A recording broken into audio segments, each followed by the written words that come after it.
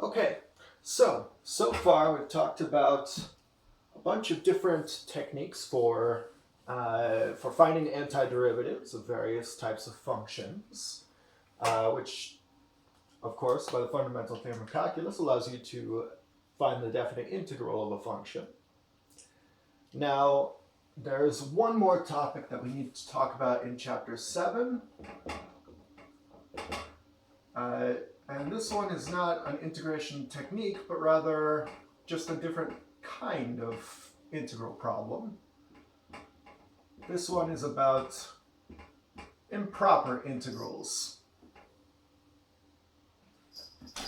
So, in Calculus 1, you learned that a definite integral finds the signed area between a curve and the x-axis. And by signed area, what I mean is that when the curve dips below the x-axis, that region is counted as having like a negative kind of area, sort of. Now, in all of the examples you've ever dealt with so far, whenever you're finding a definite integral, it's always a curve over a closed interval. And in particular, it's a closed and bounded interval. By bounded, what I mean is that you can fit a two-dimensional rectangle around the region. Okay. So far, all of the regions that you've been trying to find the area of by doing the definite integral have been bounded. Okay. Now, if a region is unbounded, that might mean that, like, if you were to try to fit a rectangle about it, the rectangle wouldn't be large enough. Like, if your rectangle needed to have an infinite side length, well, that wouldn't be a rectangle anymore. So an infinitely large, so to speak, region would be what we would call unbounded. An improper integral is any integral in which the region that you're trying to integrate over is unbounded. Okay? And there are two ways that can happen. One way is if you're integrating over an infinite interval, and one way is if you're integrating over a finite interval, but the function has some kind of usually it's a vertical asymptote that causes the region to be unbounded. Okay, so we'll discuss integrals over infinite intervals first. So here's how it works.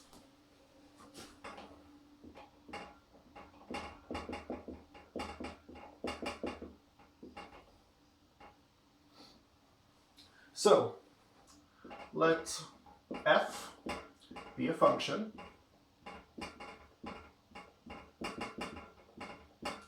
and let a be a real value.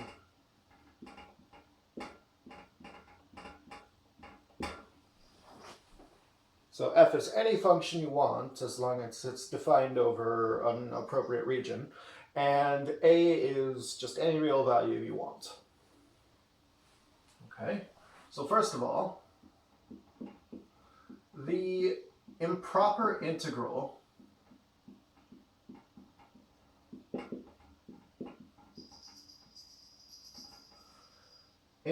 from a to infinity of f of x dx.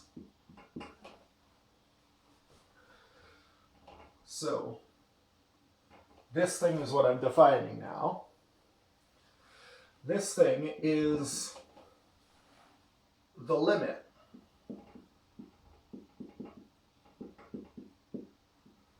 it's the following limit. It's just the limit as t approaches infinity of the integral from a to t of f of x dx. All right? So all you're doing is you're just finding the integral as normal, but this upper bound is called t. Whatever, it's a real number, whatever it is. And then you're just taking the limit as t approaches infinity. All right? Now, naturally, you can also go, integrate from negative infinity up to a real value. So the improper integral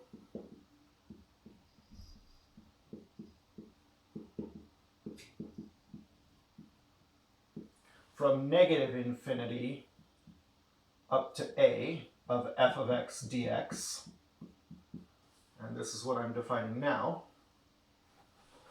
and that is also a limit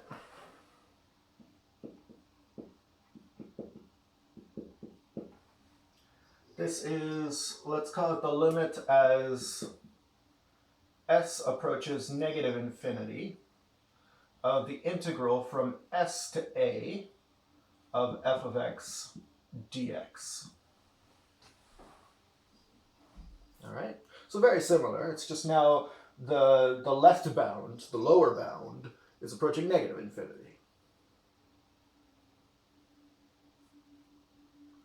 All right, and then next up is just a bit of terminology.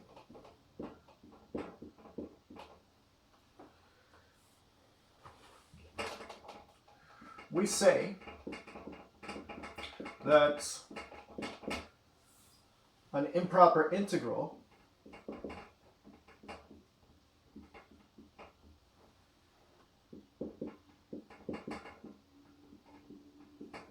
is convergent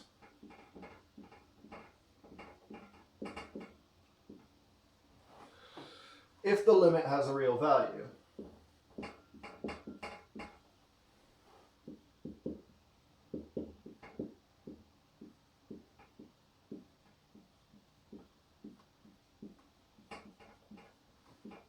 And if it doesn't, we call it divergent.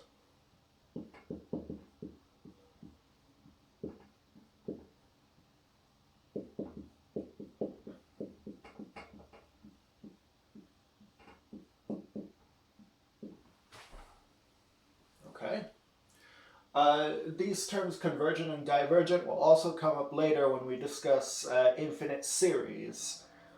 Basically, these terms always refer to some kind of limit. And convergent just means that the limit is a real value. And divergent just means the limit either doesn't exist at all or it's one of the infinities. Okay?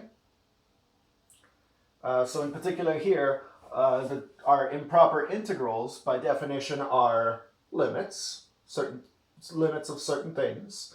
And so we just say that they're convergent if they reach a real value and divergent otherwise. Okay? And then finally, if it so happens that the integral from a to infinity of f of x dx and also the integral from negative infinity to a of f of x dx are convergent,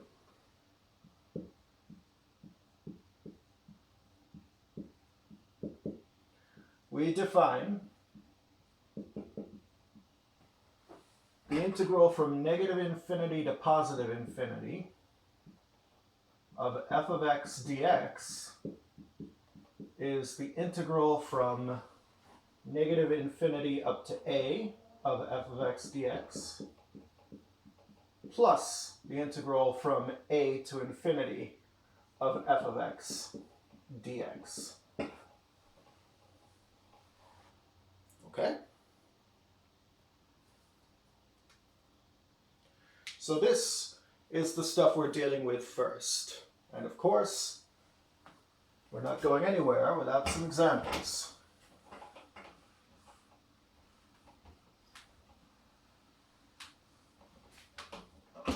Right then, so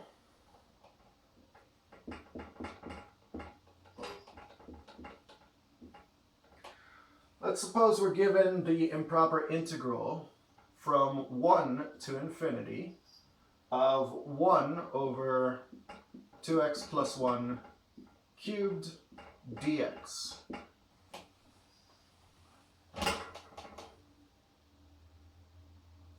All right, well, we're gonna So what we want to do here is we want to determine, first of all, if this is convergent or divergent. And if it is convergent, then we want to know what value it converges to. Because convergent means it reaches a real value. Well, we want to know which real value. Okay. Now those two questions can pretty much be both answered in one fell swoop by just sort of doing this out. We can just first of all write this as, by its definition, as the limit as t approaches infinity of the integral from 1 to t of 1 over 2x plus 1 cubed dx.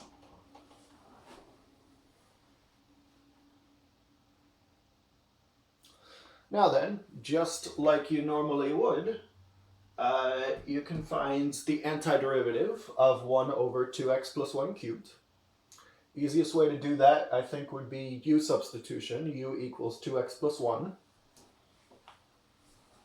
So let's say u equals 2x plus 1, in which case du becomes 2 dx.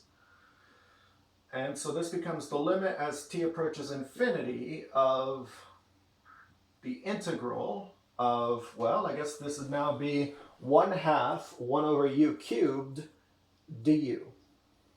Or in other words, 1/2 u to the negative 3 du. Okay? And by the way, the bounds should change. The bounds should change especially here because we don't really even know what t is. We're taking a limit as t approaches infinity, so we better change that. So let's see here.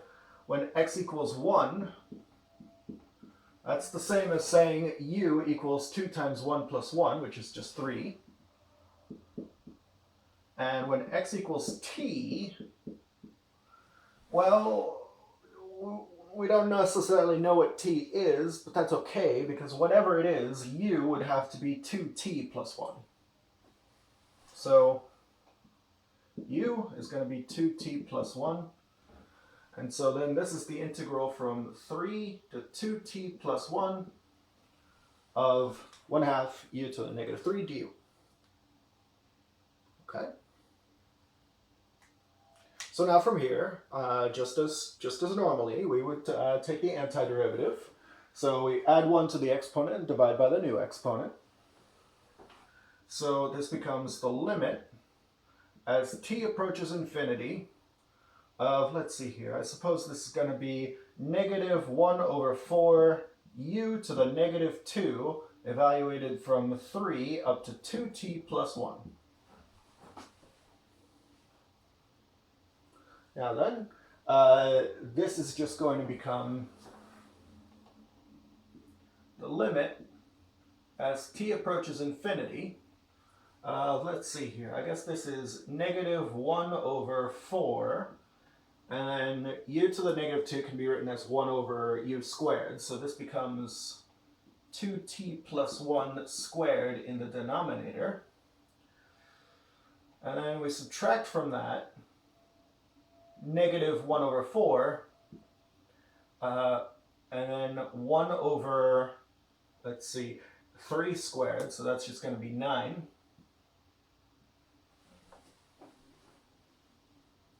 Okay.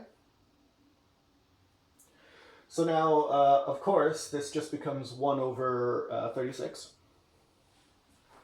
So what we're looking at here is now 1 over 36 minus the limit as t approaches infinity of 1 over 4 times 2t plus 1 squared. All right. Now as t approaches infinity, this denominator will approach infinity.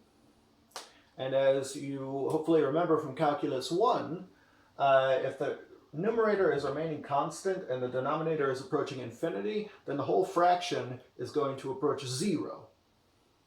So then this just becomes 1 over 36. And that is the value that our improper integral converges to. So this one is convergent. In other words, you can take 1 over 2x plus 1 cubed. You can say, all right, from 1 to infinity, I want to find out how much area is under that curve, between that curve and the x-axis. And you can come up with a finite answer. Okay.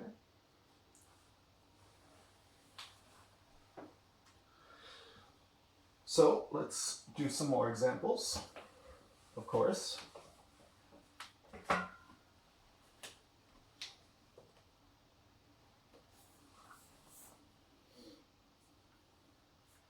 All right, so next up is the, so example. So this is the integral from 0 to infinity of 1 over 4th root of 1 plus x dx.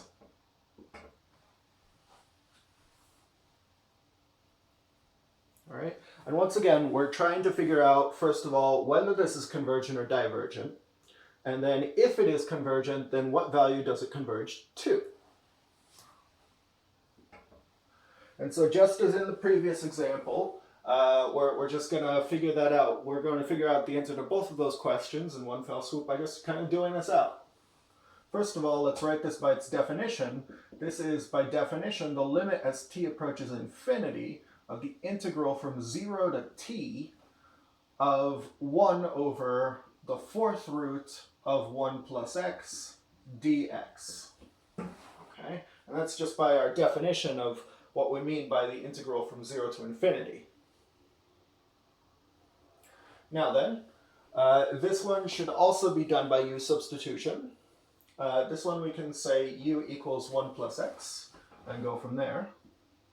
So we'll say u equals 1 plus x, in which case du is just dx.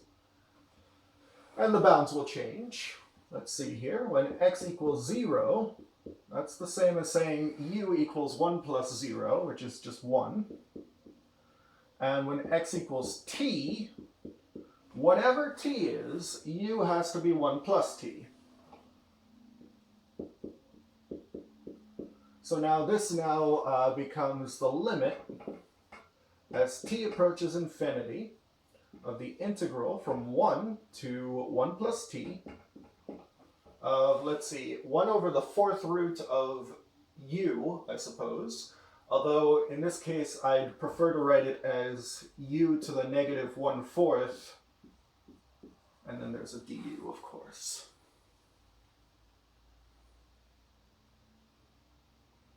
All right, so here, from here we can just use the power rule. We add 1 to negative 1/4, we get 3/4.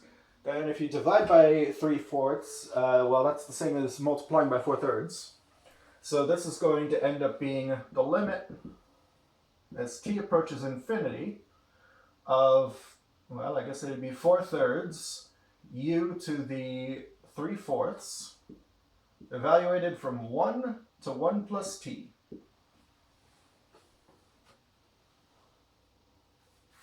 Okay. So now this just becomes the limit as t approaches infinity of 4/3. Let's see here, 1 plus t raised to the 3/4 power minus 1 to the 3/4 power, which of course is just 1. All right. Now, as you hopefully remember, this 4/3 can just be taken outside the limit because the limit is linear as well. And then what we're dealing with is just the limit as t approaches infinity of 1 plus t raised to the 3/4, and then whatever that is, we subtract 1 from it. Okay? Now then, so as t approaches infinity, then obviously 1 plus t also approaches infinity. Now, as something approaches infinity, and it's raised to a positive exponent, then that exponential is also going to approach infinity. So 1 plus t raised to the positive exponent 3/4 will approach infinity, which means that this all is just going to be positive infinity.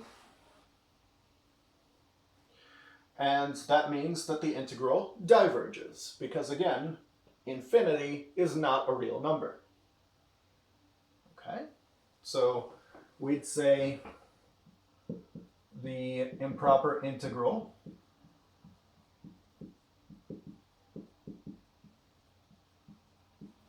diverges. And that is pretty much our answer.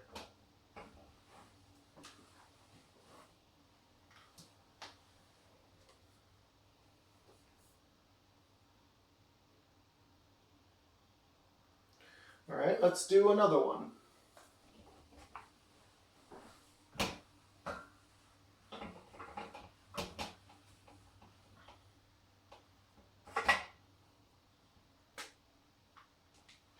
This one here is going to be the integral from 0 to infinity of sine theta times e to the cosine theta d theta.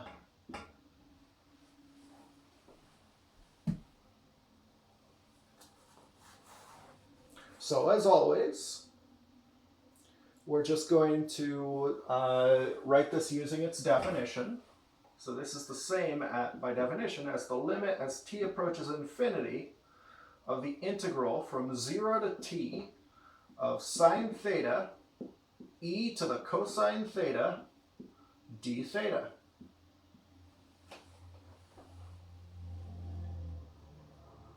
And this one, as you can see, is also best done by u substitution.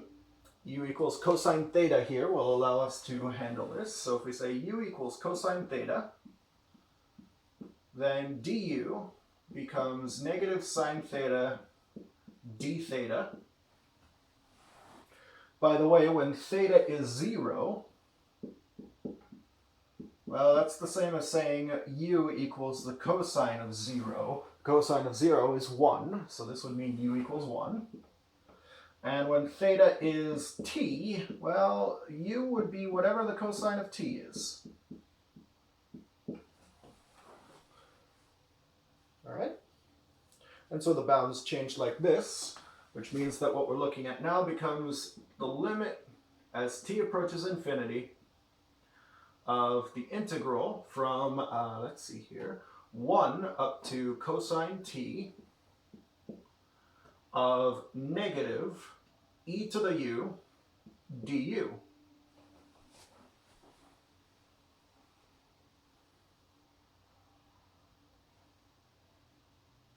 All right, now then, we can just do this antiderivative. So this just becomes the limit as t approaches infinity of, let's see here, this is going to be negative e to the u evaluated from 1 up to cosine t.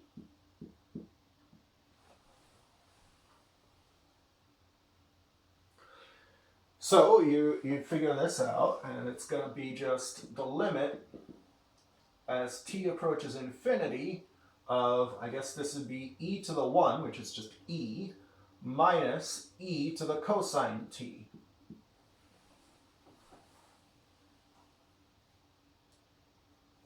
All right, well, as t approaches infinity, e is just going to remain e, so whatever there. But when t approaches infinity, e to the cosine t, well, let's see, cosine t is going to go between all the real numbers between -1 and +1, which means e to the cosine t is going to go through all the real numbers between e to the -1 and e to the +1. So at least this is going to be e minus 1 over e, and at most it's going to be, no, at most this is going to be e minus 1 over e, and at least it's going to be e minus e, which is 0. But as t increases, it's just going to keep doing that, right? Cosine is periodic. It's not like it's going to settle down on some particular value. And so this whole thing, there is no limit, okay? So this limit does not exist.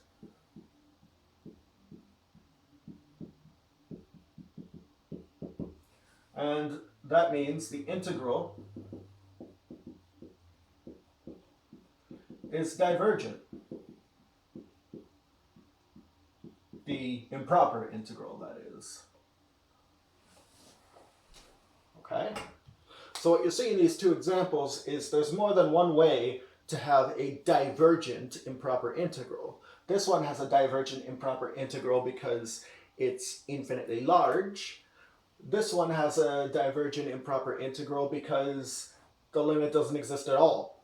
Okay?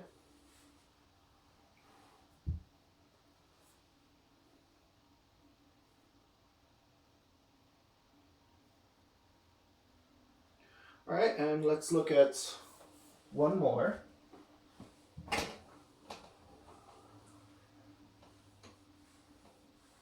So what if we were to talk about the limit, or not the limit, the improper integral from negative infinity to positive infinity of y cubed minus 3y squared dy.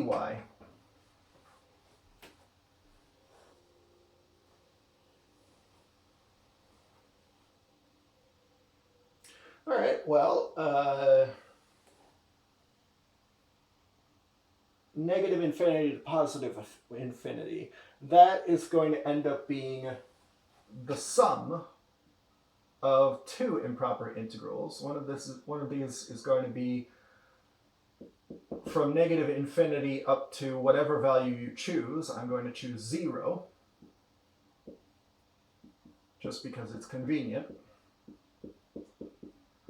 And then the limit as the limit from 0 up to positive infinity.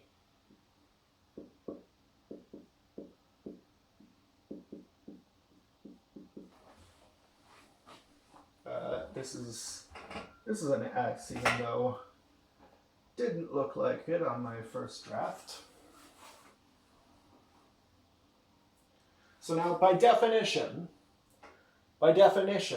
if these two are both convergent, then their sum is this value.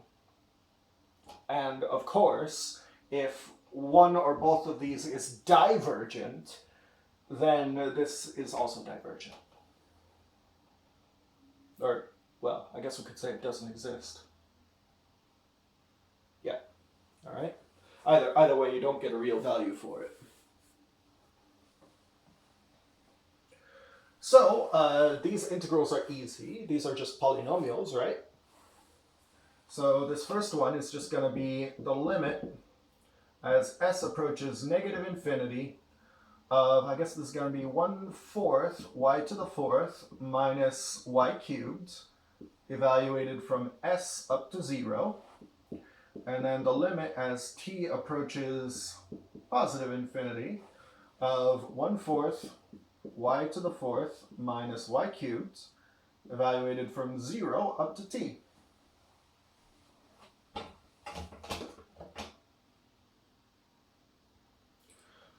Just using the power rule to find those antiderivatives. Okay, let's just focus on this one. It really won't matter which one we focus on, but we'll need to evaluate both of these in order to get this, if it really does have a value. So let's just take one of these first. Let's just take this one on the right. Yeah, so this one on the right, this is going to be the limit as t approaches infinity of, let's see here, I guess that would be 1/4 t to the 4th minus t cubed minus 1/4 0 to the 4th minus 0 cubed. And of course, this part is just 0, so this just becomes the limit as t approaches infinity of 1/4 t to the 4th minus t cubed. And as hopefully you know from Calculus 1, this thing is just infinity. Okay?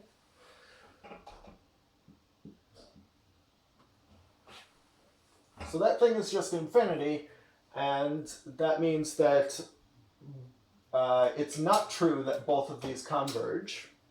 which means that this improper integral does not exist. Okay? So, does not exist or is divergent or whatever. So the improper integral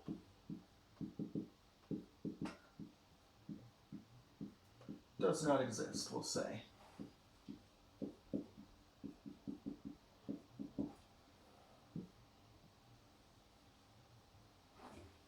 And if you're wondering why I'm being so careful about the terminology, like, no, I will not take off points if when you have a divergent integral, if you just say it does not exist. And no, I will not take off points if when you have improper integral that does not exist, you say it's divergent. Those distinctions won't really matter that much to me. The more important thing is that we recognize when it does and does not have a real value, and that we can determine what that real value is when it is convergent. All right, let's do another one.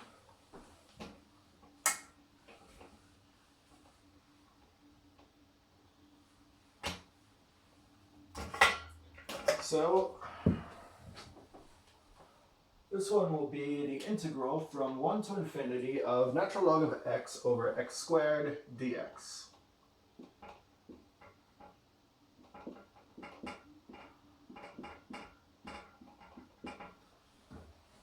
Okay.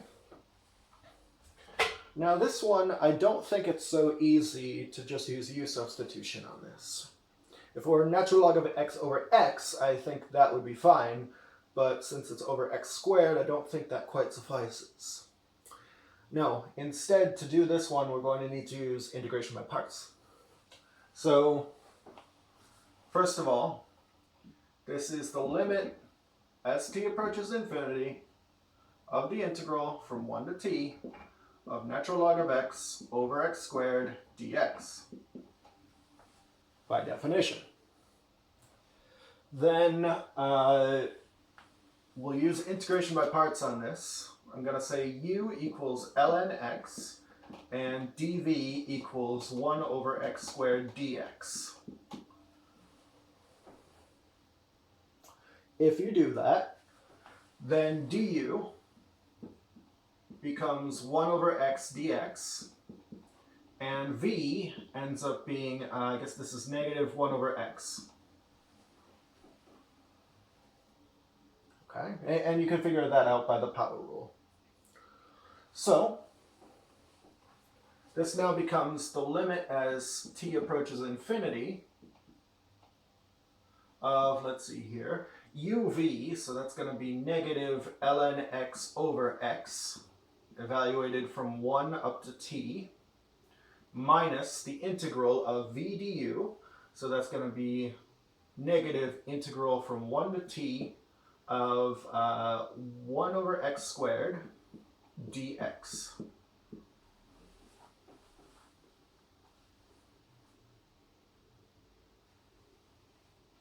All right, well, that one is a lot easier to take care of. The antiderivative of 1 over x squared is just negative 1 over x. So then this just becomes the limit as t approaches infinity of negative ln x over x, evaluated from 1 up to t, minus 1 over x, evaluated from 1 up to t.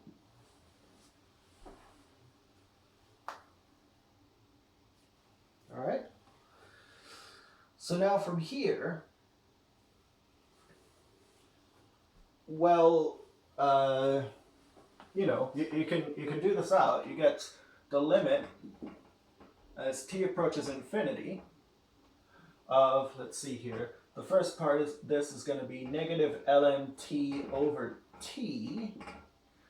Then we're going to have minus ln 1 over 1. Then we're going to have minus 1 over t. Then minus 1 over 1.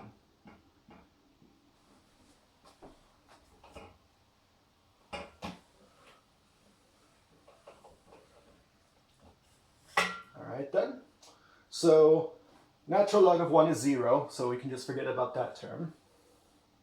So what we're getting here is going to be limit as t approaches infinity of, let's see, I suppose we have a common denominator here, so we can say negative 1 plus ln t divided by t, and then plus 1. So I guess we'll put the 1 out in front actually. So 1 minus 1 plus ln t over t. And let me just check my notes to make sure I am consistent with what I did before. Yeah, it looks like it. I didn't put together the common denominators, the fractions, in my notes, but it should turn out the same way. Okay. So here's a little bit of a weird situation, right? We have 1 minus this thing, so of course the limit as t approaches infinity of 1 is just 1, so whatever. But then what is the limit of this thing as t approaches infinity? As t approaches infinity, certainly the denominator approaches infinity, but so does the numerator. So the way to handle this would be through L'Hopital's rule. So first of all, I'm going to split this into 1 minus the limit as t approaches infinity of 1 plus natural log of t over t. And now by L'Hopital's rule, you can take the derivative of the top and the bottom separately, and then take the limit of that. So this becomes 1 minus the limit as t approaches infinity of, let's see here, derivative of 1 plus ln t is just 1 over t. And then derivative of t is just 1. So this is 1 over t over 1, which is just going to end up being 1 over t. So this is 1 minus the limit as t approaches infinity of 1 over t.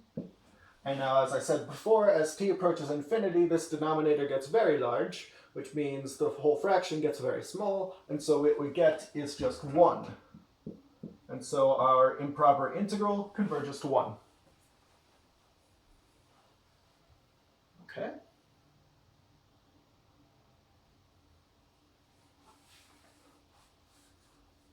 So this example demonstrates that you'll need L'Hopital's rule for this class, in case you hadn't forgotten it. So if you had forgotten it, then please do try to review that topic from Calculus 1. All right, so I'm going to erase this now. And let's do an example that's a little bit more abstract, but also a little bit conceptual. So what we want to know is, suppose we have the integral from 1 to infinity of 1 over x to the pth power. So p is just some real number. And we want to know for what values of p does this improper integral converge. Okay, so this improper integral converges for which values of p, if any. And then in the case that it does converge, what does it converge to? Well, it's going to depend on what p is. There's sort of two situations that we're going to have to be concerned with. First of all, it's possible that p is 1, and then if p is not 1, then, well, we have to think about that too. So if p happens to be 1, then what we are looking at here is the integral from 1 to infinity of 1 over x dx.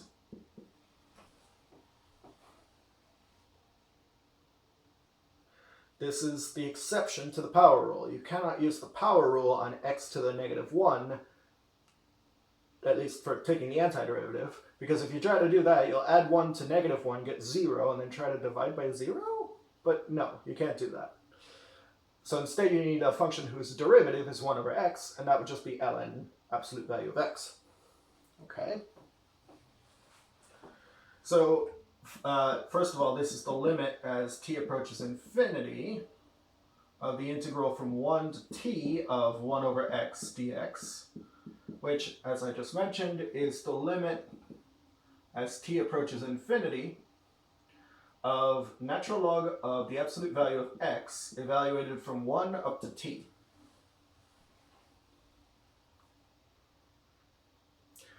So this is just going to end up being the limit as t approaches infinity of the natural log of t, because the natural log of 1 is just 0. Okay, so now as t approaches infinity, ln t also approaches infinity.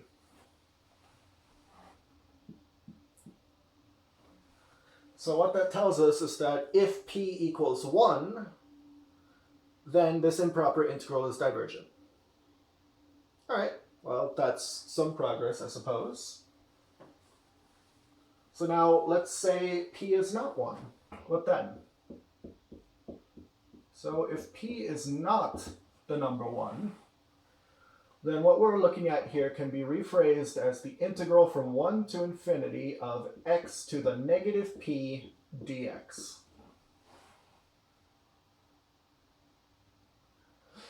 Well, I mean, it can be looked at like that even if p is 1, but you can't use the backwards of the power rule in that case. In this case, though, you can. If p is not 1, then it is perfectly fine for us to add 1 to the exponent and get x to the 1 minus p, divide by the new exponent, so divide by 1 minus p.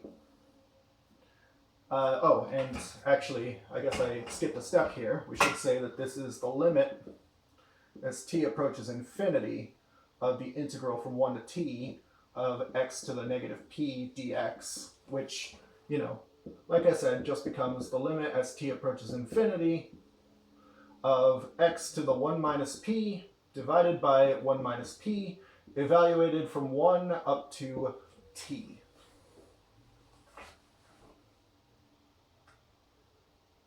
All right, so now this is going to be the limit as t approaches infinity of t to the 1 minus p divided by 1 minus p minus 1 to the 1 minus p divided by 1 minus p.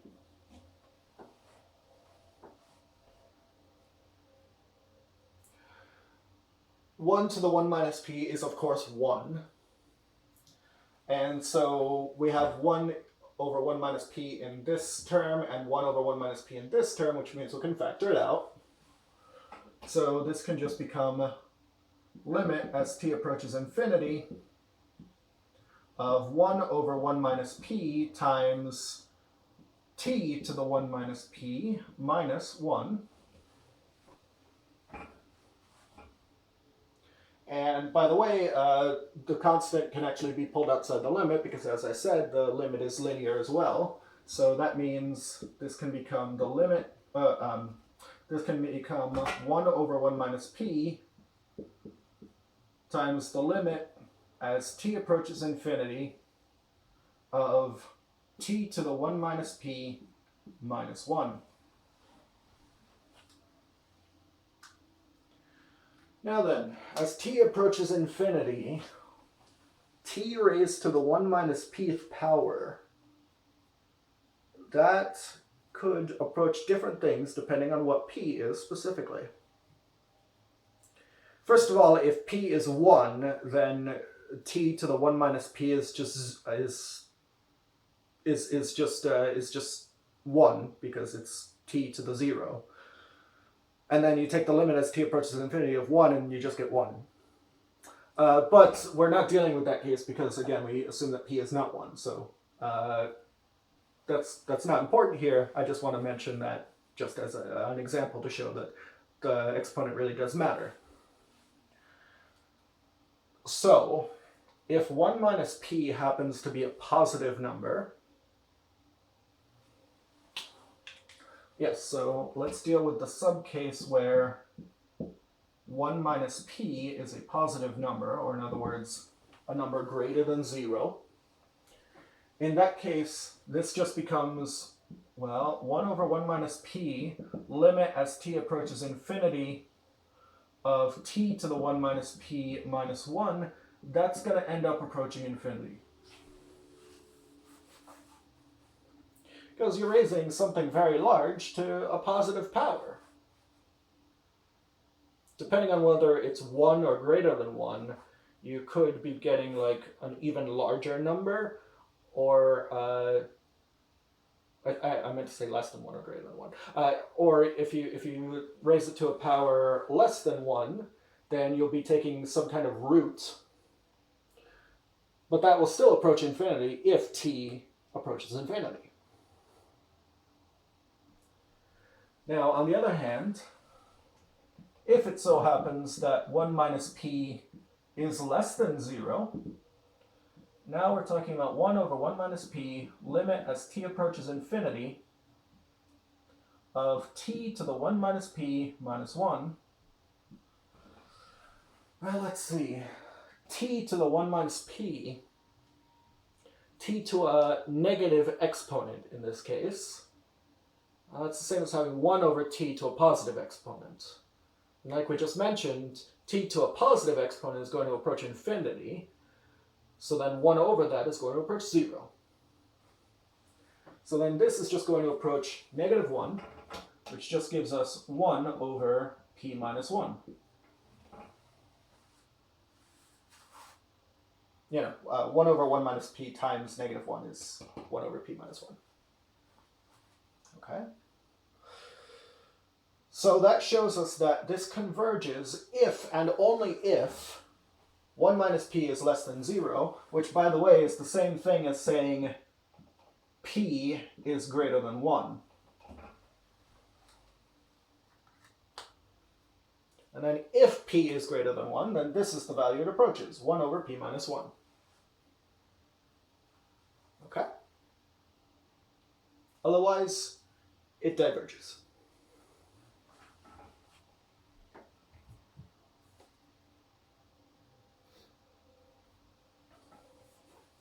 All right, and let's do, there's just one more comment I want to make about improper integrals of this first type, improper integrals over an infinite interval.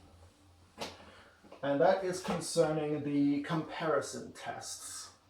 So, as you may have noticed, taking antiderivatives is hard, and sometimes it's not even possible. Well, I don't know if that's the right term for it, but at least it's not practical. Okay, so the following theorem can be used if taking the actual antiderivative is difficult. And this is called the comparison test for improper integrals. Okay. So let a be a real value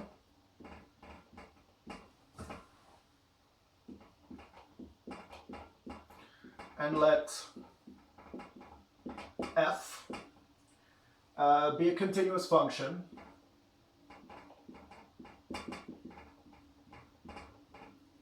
for all x greater than or equal to a, such that f of x is greater than or equal to 0 for all x greater than or equal to a. So we're saying, first of all, that this function is greater than or equal to 0 for all x values that are larger than this constant a, and also that it's continuous over that entire region as well.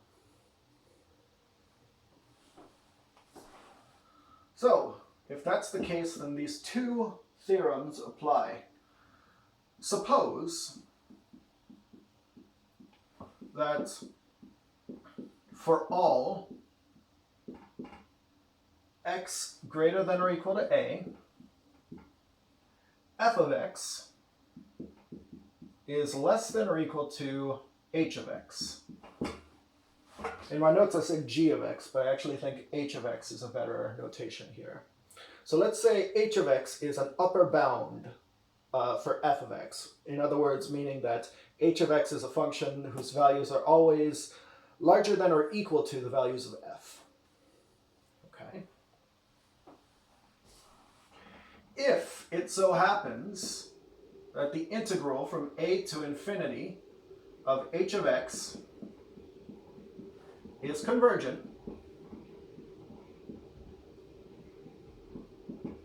then the integral from a to infinity of f of x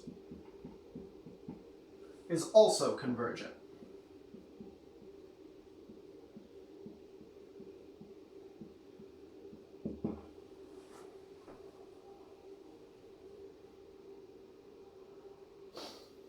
Next,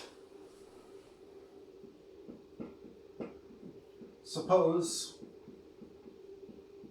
that for all x greater than or equal to a, g of x is less than or equal to f of x. All right, so now we're saying g is a lower bound for f. So its values are always at most the values of f. Now if the integral from a to infinity of g of x is divergent, then the integral from a to infinity of f of x is also divergent.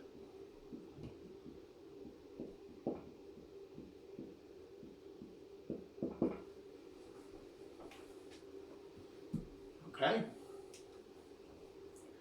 Now, this theorem is a little bit complicated, and I understand that. But I just want to say, a very similar theorem will come up later when we talk about the theory of infinite series. It's called the comparison test for infinite series. And what I'm saying is, if you're going to pick a part of this class to ignore, then please don't let it be this. Preferably none of it, but yes, this in particular will come up in a very similar sort of spirit later. So it's very important that we understand this now. What this is saying is that if you've got f of x and you're wanting to study whether it is convergent or divergent, it's improper integral from a to infinity, I mean. If you're wanting to study whether it's convergent or divergent, then let's say the actual antiderivative of f of x is hard to find.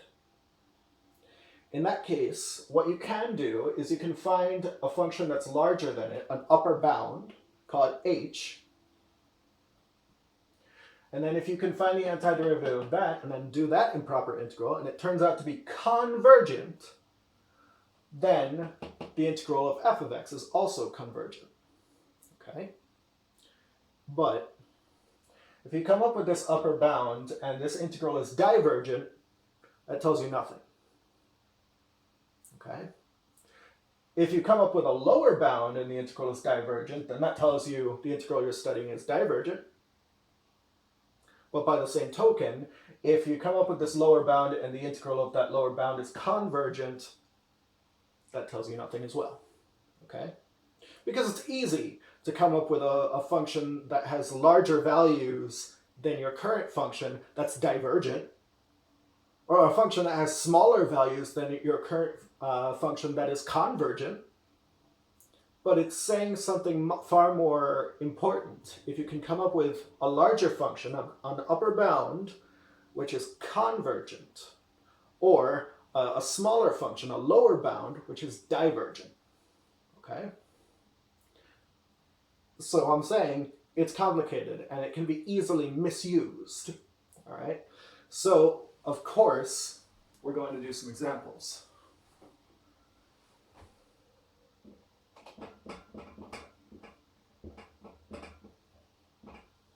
So this one,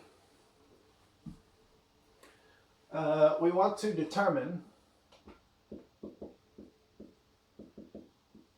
whether the improper integral from 0 to infinity of arctangent x divided by 2 plus e to the x is convergent or divergent.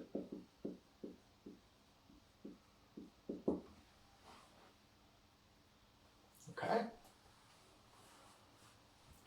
So as you can see, taking this antiderivative, I'm not sure how you would do that. I think it'd be quite hard to try to find the antiderivative of arctangent x over 2 plus e to the x. Okay? But what we can do is this. We can say, first of all, that arctangent x is always less than or equal to, actually always less than pi over 2. Okay? That's one of the properties of the arctangent. It's always less than pi over 2 and greater than negative pi over 2. So that means that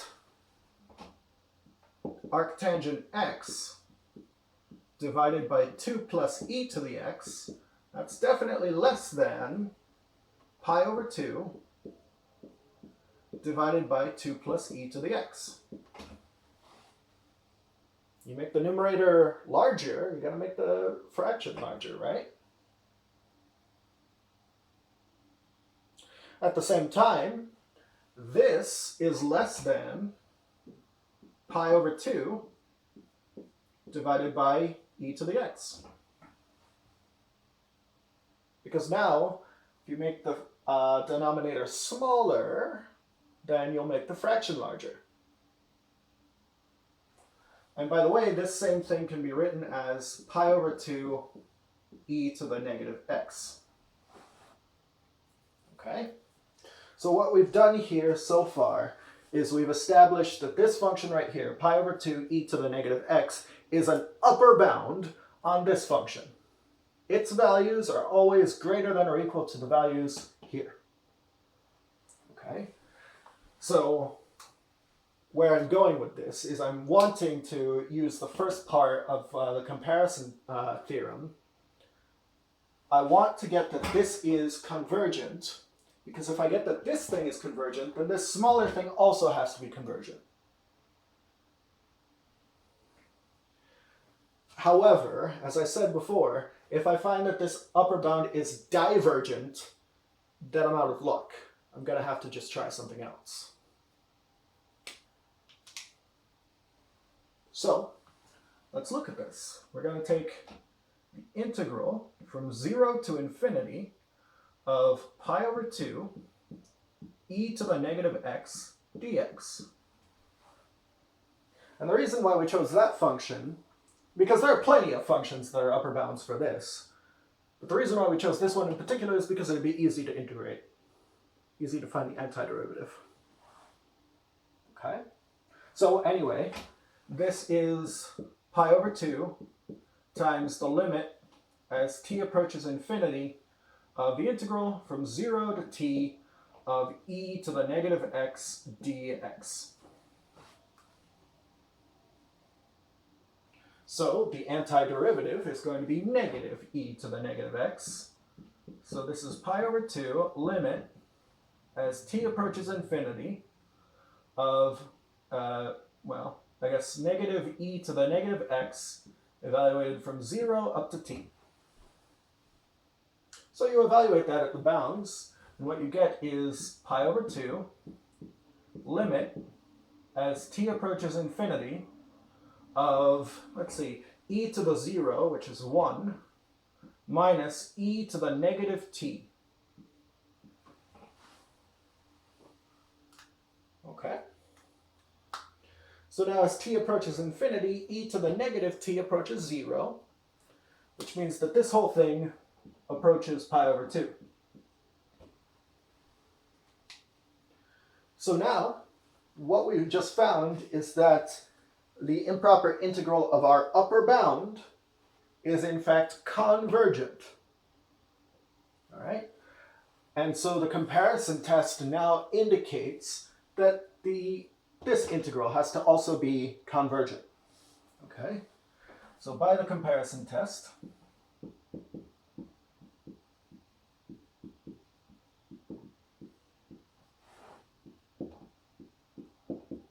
the integral from 0 to infinity of arctangent x divided by 2 plus e to the x is convergent.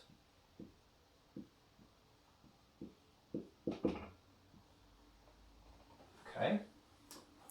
Now, by the way, this theorem is limited. It is limited in the sense that it does not tell you what value this converges to. Because by definition, it being convergent means that it's a real value, right? But it doesn't tell us which real value it is, okay? You might think it's pi over 2, but it's not. It doesn't have to be, okay? All that pi over 2 is it's the improper integral of this upper bound. So all we really know for sure is that whatever this value is, it's less than or equal to pi over 2. That's it, okay? But for these types of questions, all we're interested in is not necessarily what it converges to, but just whether it converges. All right? Let's do one more example.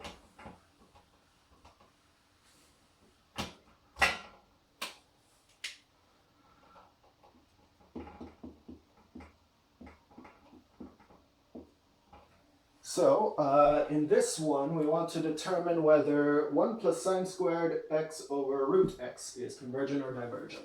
So determine whether integral from 1 to infinity of sine squared x divided by root x is convergent or divergent.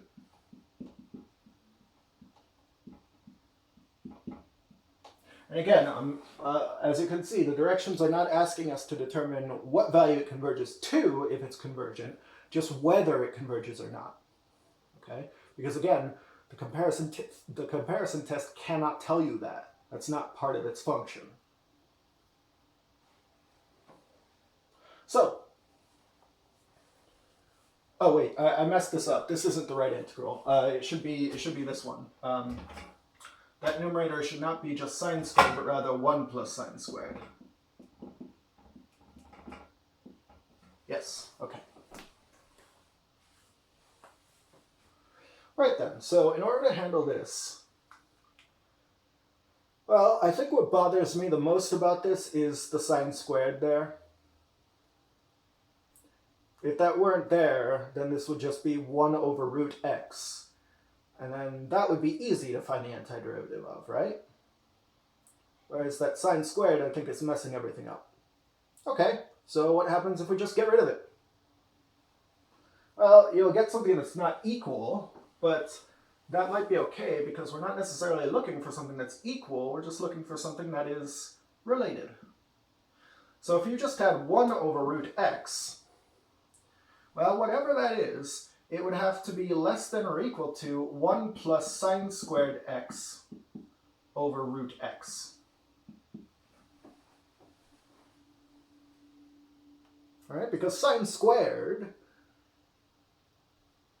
it's got to be non-negative. You can't square something and get it to be negative unless it's a non-real number. So, yeah, sine squared has to be greater than or equal to 0, which means this right-hand side definitely is greater than or equal to this left-hand side. But the left-hand side we can actually figure out as an integral. So what if we were to examine the integral from 1 to infinity of 1 over the square root of x dx? Well, this is the integral from 1 to infinity of 1 over x raised to the 1/2 dx. Now, by a previous example, the example where we found for what values of p, 1 over x to the p integral from 1 to infinity converges and diverges, we found that if this exponent is not greater than 1, then it's going to be divergent. So this one is divergent. Okay?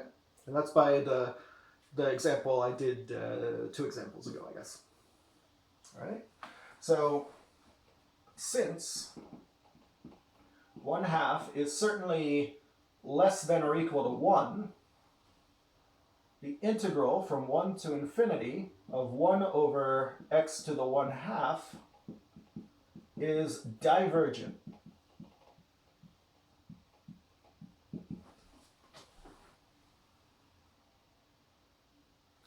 And since we have a lower bound and its integral is divergent, that means the current integral we're working with has to also be divergent.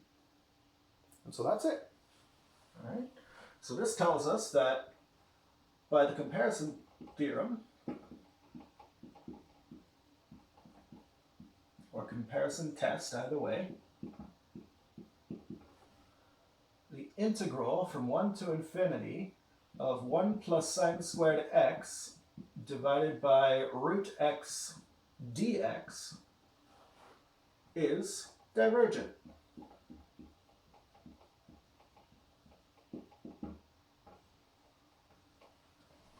Okay? And so that's how it works. This example used part 1 of the comparison test. This example used part 2. And of course, you'll get some practice with this on your homework as well. Because, you know, like I said, a very similar theorem is going to come up later, and, well, I guess I should mention that theorem, the comparison test for infinite series, will be more important to what we're doing at that time than this is to what we're doing now. But yeah, we'll of course talk about that later too. Right, so that's about all we have to say about integrals over infinite intervals. There's just one other type of improper integral that could happen. You could have, like I said, a function defined over a finite interval, which has some kind of weirdness, especially a vertical asymptote. So here's how that would work.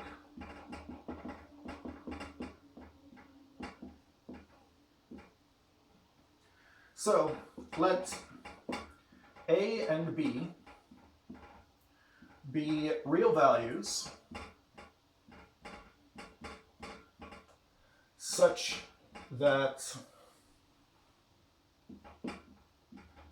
A is less than or equal to B, and let f be a function.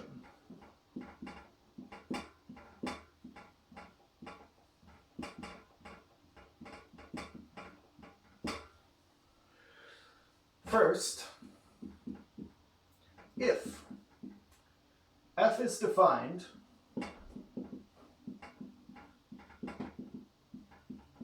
and continuous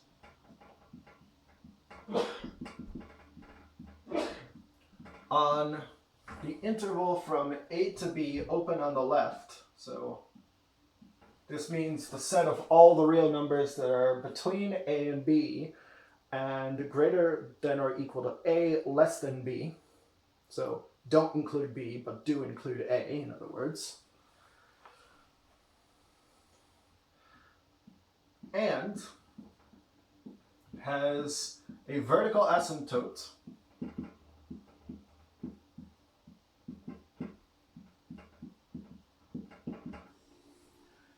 at x equals b, then we define the improper integral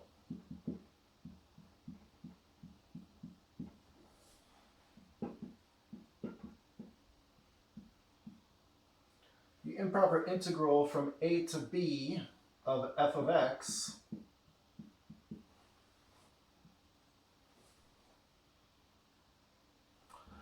as the limit as, let's say, t approaches b from the negative side of the integral from a to t of f of x dx.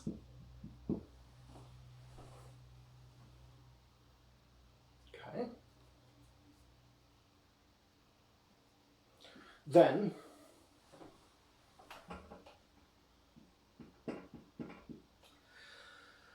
if f is defined and continuous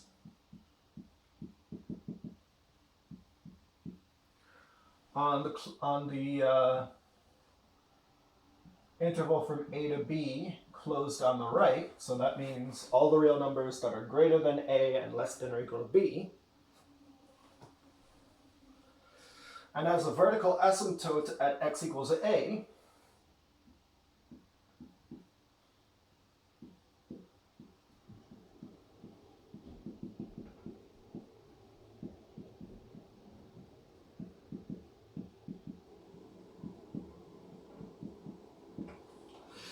then we define the improper integral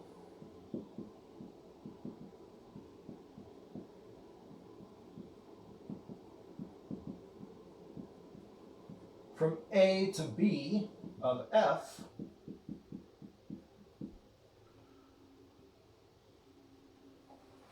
as the limit as, well, I guess we'll call this s, approaches a from the positive side of the integral from s to b of f of x.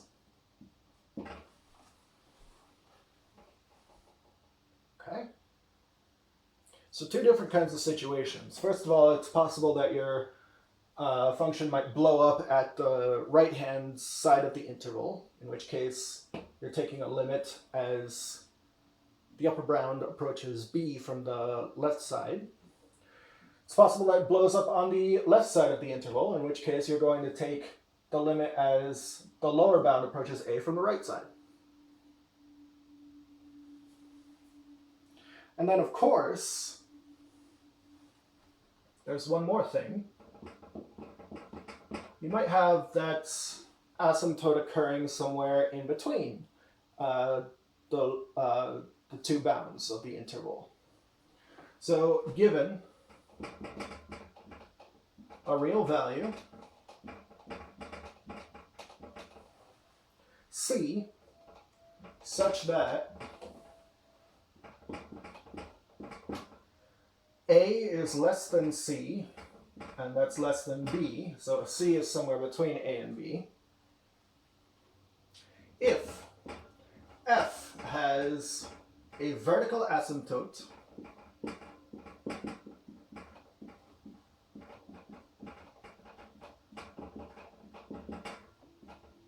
at x equals c,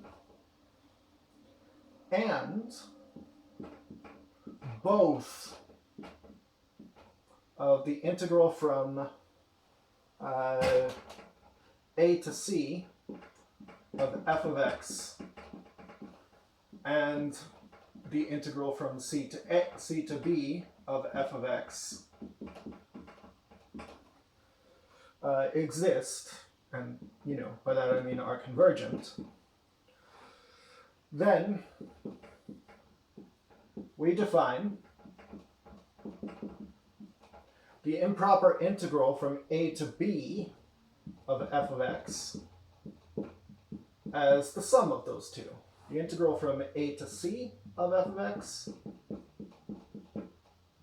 plus the integral from c to b of f of x.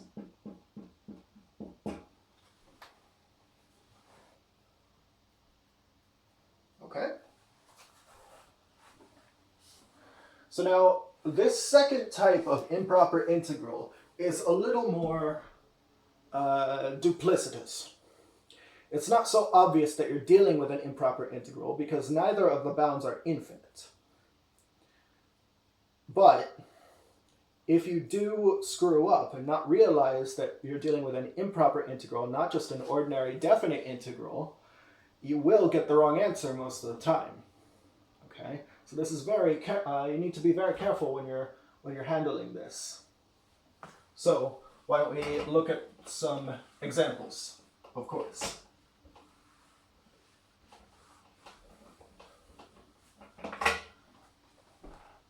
Right, so this one is going to be the integral from 0 to 5 of 1 over the cube root of 5 minus x.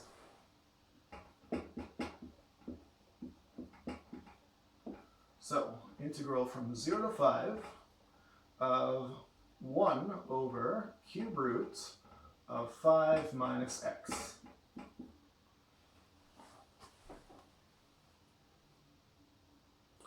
This is an improper integral.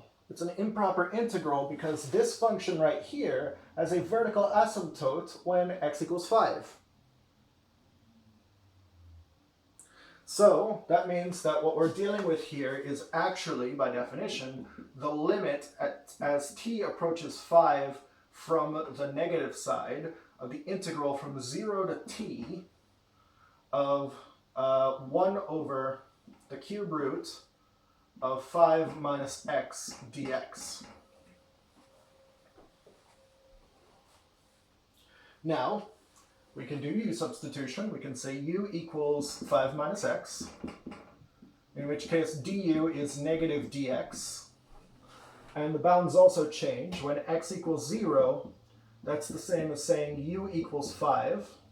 And when x equals t, that's the same as saying u equals 5 minus t. So this now becomes the limit as t approaches 5 from the negative side of the integral from, 5 up to 5 minus t of, well, I guess this would be u to the negative 1/3 du. Oh, and also there's a negative sign.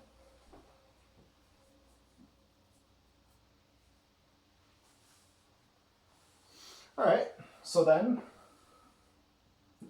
this is now the limit as t approaches 5 from the negative side. Let's see here, you add 1 to the exponent, you get 2/3, so then you get negative 3/2 u to the 2/3 power, evaluated from 5 up to 5 minus t.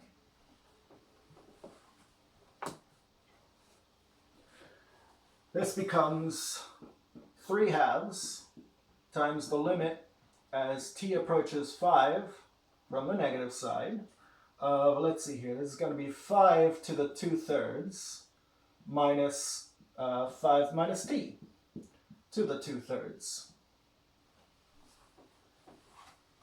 And I guess we should put parentheses around that.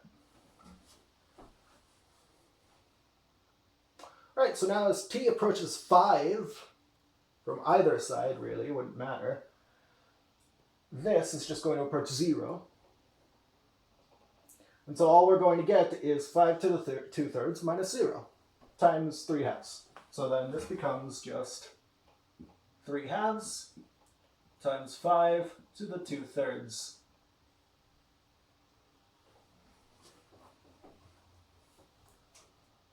Okay?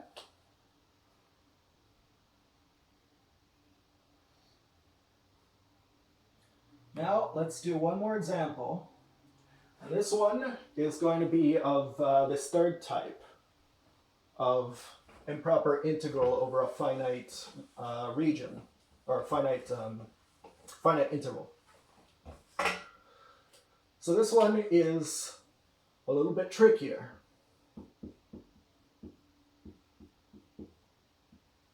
This one we're asked to evaluate the integral from 0 to 5 of x over x minus 2. Okay? Now, at first glance, this might not look like a problem. This might look like an ordinary definite integral that you could have done at the end of Calculus 1 or at least the beginning of Calculus 2. But it's not. It's not because this particular function right here is not defined at x equals 2. And 2 is between 0 and 5, I'm pretty sure. In fact, not only is it not defined there, it actually has a vertical asymptote there. So, in order to handle this appropriately, we're going to need to write it by its definition. First of all, this is the limit as t approaches 2 from the negative side of the integral from 0 to t of x over x minus 2 dx, plus the limit as s approaches 2 from the positive side of the integral from s to 5 of x over x minus 2 dx. Okay. Now, if both of these are convergent, then their sum is this. If one of them is divergent, one or more of them is divergent, then it's divergent. All right? So, we're gonna need to do this by u substitution.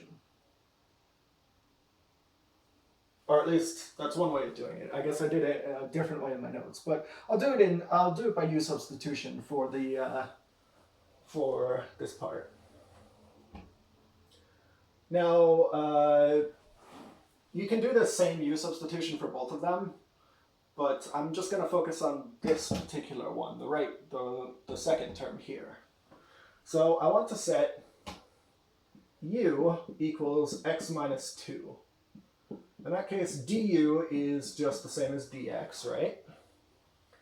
So then what this becomes, this second term here, becomes the limit as s approaches 2 from the positive side of the integral from, let's see, I guess this would be s minus 2, and all the way up to 5 minus 2, which is 3. The top can be written as u plus 2, and the bottom can be written as u. And then, of course, dx is du. So now from here, we can split this into two different fractions. This is the limit as s approaches 2 from the positive side of the integral from s minus 2 up to 3 of 1 plus 2 over u du. You do that antiderivative, and what you'll get is, well, this becomes the limit as s approaches 2 from the positive side of u plus 2 times the natural log of the absolute value of u. And this is all evaluated from s minus 2 up to 3.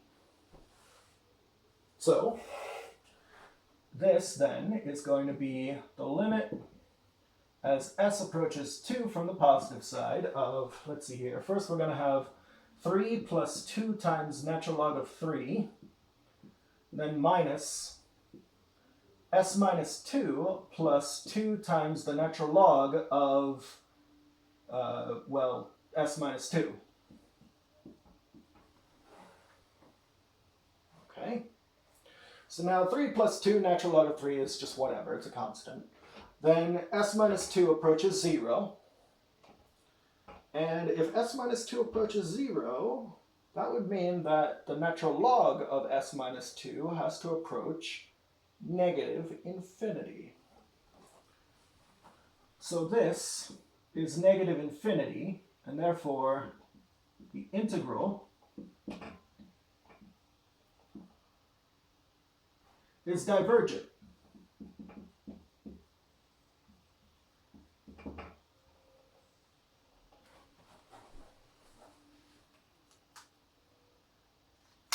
Okay? And I just want to point out here, if you had not realized that what you're dealing with here is an improper integral, then you probably would have just done the antiderivative like this, gotten u plus 2 ln u, and this would be evaluated from, I guess it would be -2 up to 3. And then you plug in those numbers, you subtract, and that gives you an actual thing, okay? But what you need to understand here is that that thing is incorrect, okay? That's not the actual value of this improper integral, because by definition, well, we go through all this, and then the improper integral is actually divergent. It doesn't have a real value, okay? All right, so homework's up. Get some practice on that.